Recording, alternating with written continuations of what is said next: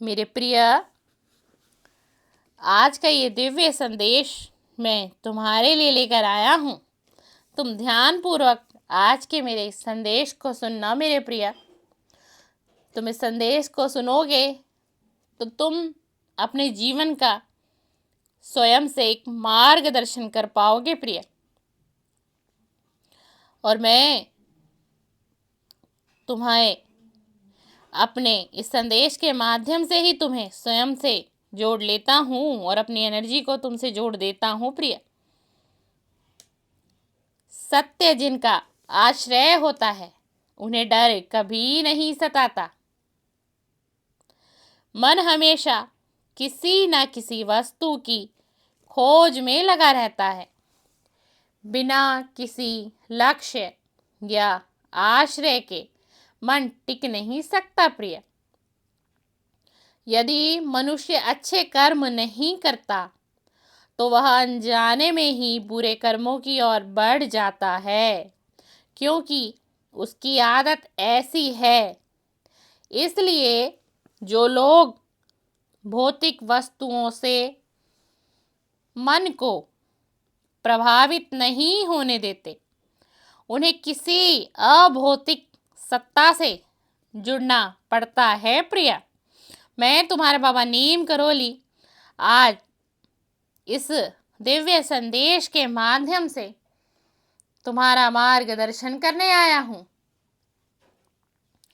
तुम्हें कुछ सिखाने, कुछ बताने आया हूँ, जिससे कि तुम मुझे सुनकर अपने जीवन की गतिविधियों को समझोगे और अपने जीवन में निरंतर आगे बढ़ते रहोगे प्रिय। वही है परम पुरुष, जिसका अस्तित्व अतीत, वर्तमान और भविष्य में भी है। परम पुरुष ही सत्य है। और ऐसा मैंने क्यों कहा, यह जानना नहीं चाहोगे? और कहा गया है, सत्य नास्ति भयम कसिचत, यानी सत्य में कोई भय नहीं और कोई भय होना भी नहीं चाहिए मेरे प्रिय। जो सत्य को अपना आश्रय बनाते हैं वे निर्भय हो जाते हैं, क्योंकि परम पुरुष सबसे साहसी और निर्भीक हैं। अतः उनके शरणागत में भी यह गुण अवश्य आते हैं। सत्य ही निडर है और अतत सत्य की ही विजय होती है। असत्य क्षणभंगुर है, आज है कल नहीं रहेगा, लेकिन सत्य सदा विद्यमान रहता है। आध्यात्मिक जगत का मार्ग सत्य से आच्छादित है। जो व्यक्ति सत्य के संकल्प से प्रारंभ करता है तो ईश्वर भी उसकी सहायता करते हैं। इसलिए मैं तुम्हें आज इस संदेश के माध्यम से यही बताने आया हूँ कि तुम्हारे जीवन में कितनी भी मुश्किल घड़ियाँ क्यों ना आ जाए, कितनी भी पीड़ा, दुख, दर्द का सामना क्यों ना करना पड़े तुम्हें, लेकिन तुम्हें सत्य को थामे रखना है। अपने जीवन में सत्य के साथ चलना है, क्योंकि सत्य की जीत होती है मेरे प्रिय। ऐसा नहीं है, तुमने अपने मन में एक धारणा बना ली है कि सच कभी सामने नहीं आएगा और सच छुपता है, सच को छुपाया जाता है। मैं मानता हूँ कि ऐसा कुछ होता है जीवन में, लेकिन एक ईश्वर भी तो है, एक परमात्मा भी तो है जो तुम्हारी डोर को थामे हुआ है। और वह तुम्हारा सत्य, तुम्हारा असत्य, तुम्हारे हृदय की पीड़ा, तुम्हारे मन की चंचलता सबको देखते हैं। सबको ईश्वर देखते हैं, समझते हैं, सुनते हैं, और उसके बाद ही ईश्वर निर्णय पे पहुंचते हैं और कर्मों के अनुसार ही सबको फल की प्राप्ति होती है। तो मैं तुम्हारा बाबा नीम करोली तुम्हें आज यही मार्गदर्शन इस संदेश के माध्यम से करने आया हूँ कि तुम अपने सत्य पर अडिग रहना और सत्य का ही साथ देना। चाहे जीवन में कितनी परेशानियाँ तुम्हें देखने को पड़े, चाहे जीवन में कितनी मुसीबतों से तुम गुजरो, कितने संघर्ष का तुम सामना करो, यह सब तो चंद भर के पल भर के मेहमान हैं तुम्हारे जीवन में। क्योंकि तुम्हारा वक्त बदलेगा, तुम्हारा जीवन भी संवरेगा, और तुम्हारे जीवन में मैं वो खुशियाँ भी भेजूंगा जिस खुशियाँ का तुम्हें बरसों से इंतजार है प्रिय। वह देवत्व की ओर अग्रसर भी होता है जो व्यक्ति सत्य का साथ देता है, सत्य के साथ खड़ा होता है। देवयान वह मार्ग है जो मनुष्य को स्थूल से सूक्ष्म और फिर आध्यात्मिक चेतना की ओर ले जाता है मेरे प्रिय।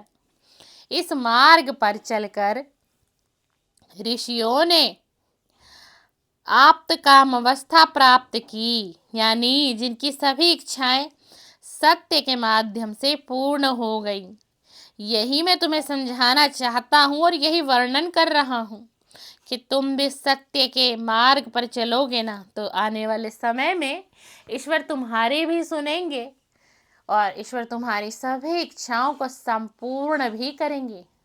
जो इच्छाएं तुम्हारी उचित होंगी, सर्वश्रेष्ठ होंगी, जिसमें किसी का अहित नहीं होगा, वह इच्छा ये ब्रह्मांड अवश्य ही पूरा करेगा।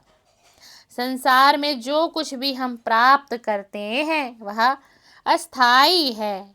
फल, धन, ज्ञान या प्रसिद्धि, ये सब तो नश्वर है, लेकिन जो ज्ञान सीधे आत्मा के भीतर से प्रकट होता है वह आप्त वाक्य कहलाता है प्रिया, और वही स्थायी है।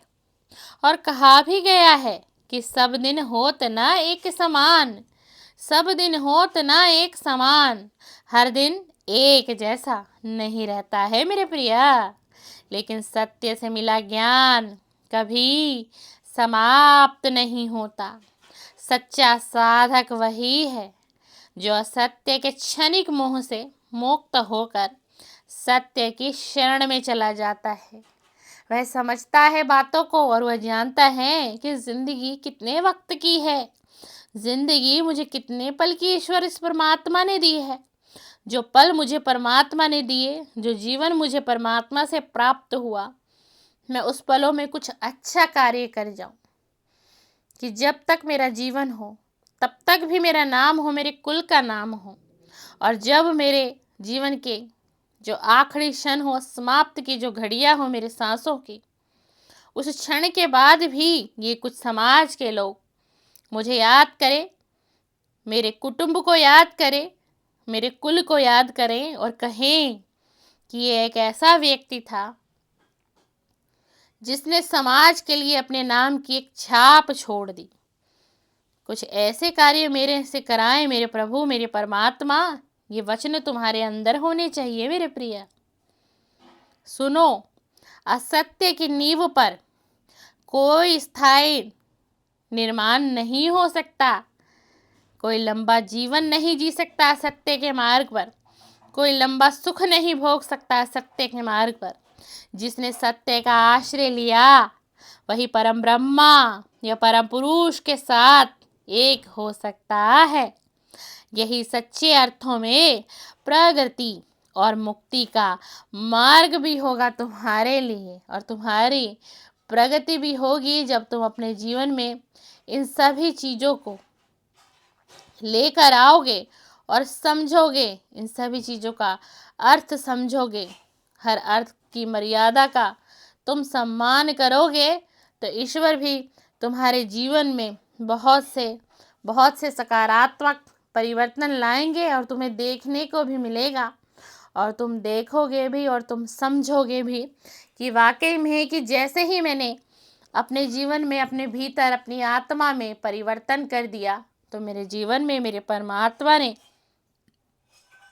परिवर्तन कर दिया, और एक ऐसा परिवर्तन कर दिया जो मैं स्वप्न में भी नहीं सोच सकता था। मुझे मेरे परमात्मा ने जो दिया, बहुत अच्छा दिया।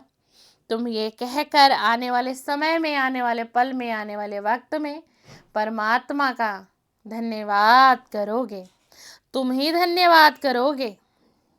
मैं तुम्हारा बाबा नीम करोली आज तुम्हें यह कह के जा रहा हूँ और बता के भी जा रहा हूँ कि जो आने वाली घड़ियाँ होंगी, जो आने वाला समय होगा, उस समय में तुम्हारे जीवन में जो परीक्षाएं चल रही हैं वो परीक्षाएं समाप्त होगी और ईश्वर के माध्यम से तुम्हें फिर से एक नया जीवन दिया जाएगा और उस जीवन पर तुम्हें सत्य के मार्ग पर चलना होगा, क्योंकि भगवान तुम्हारी पहले ही बहुत परीक्षा ले चुके होंगे।